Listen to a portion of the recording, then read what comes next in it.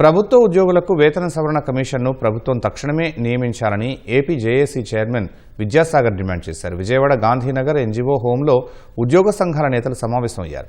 భేటీలో పాల్గొన్న విద్యాసాగర్ గత వైసీపీ హయాంలో ఉద్యోగులు అనేక ఇబ్బందులు పడ్డారని గుర్తు చేశారు. అయితే కూటమి ప్రభుత్వం ఉద్యోగుల డిమాండ్ల పట్ల సానుకూలంగా స్పందించిందన్నారు. కానీ పీఆర్సీ నియామకంలో ఆలస్యం చేయడం ఆందోళన కలిగిస్తోందన్నారు. 2023 నుంచి పీఆర్సీ లేకపోవడం వల్ల ఉద్యోగులు తీవ్రంగా నష్టపోతున్నారని విద్యాసాగర్ ఆవేదన వ్యక్తం చేశారు. 2023లో మరి అప్పుడు ఉన్న ప్రభుత్వం వేతన సవరణ కమిషనర్ను అపాయింట్ చేసింది. తర్వాత ఆయన రాజీనామా చేశారు. మరి కొత్త ప్రభుత్వం ఏర్పడినాక ఇంతవరకు వేతన సవరణ కమిషనర్ని అపాయింట్ చేయకపోవడం అనేది శోచనీయమైన విషయంగా ఉద్యోగులు ఉపాధ్యాయులు భావిస్తున్నారు. 26 వచ్చినా కూడా ఇంతవరకు కమిటీని అపాయింట్ చేయకపోతే కమిటీ రిపోర్ట్ ఎప్పుడు ఇవ్వాలి, ఇంటీరియం రిలీఫ్ ఎప్పుడు మేము తీసుకోవాలి, ఫిట్మెంట్ ఇచ్చి వేతన సవరణ ఎప్పుడు అమలు చేయాలని కూడా ఇవాళ ఉద్యోగులు ప్రభుత్వాన్ని అందరినీ కూడా ప్రశ్నించే పరిస్థితి ఏర్పడింది.